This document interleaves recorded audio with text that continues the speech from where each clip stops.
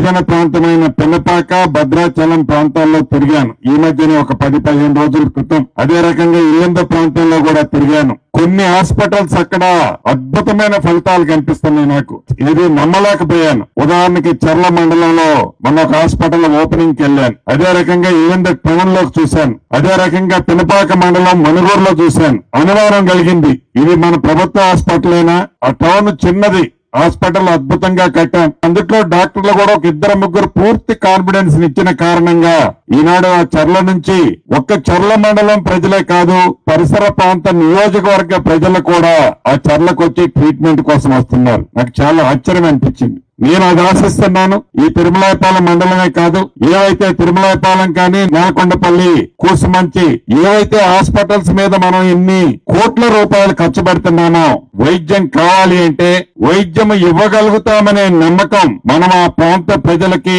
ఆ పేషెంట్లకి కల్పించినప్పుడే, ఆ నమ్మకాన్ని ఒమ్మి చెయ్యము అనే భద్రత ఇచ్చినప్పుడే ఆ పేషెంట్లు మన ప్రభుత్వ హాస్పిటల్స్ కి రాగలుగుతారు, విశ్వసిస్తారని పూర్తిగా నమ్ముతున్నా.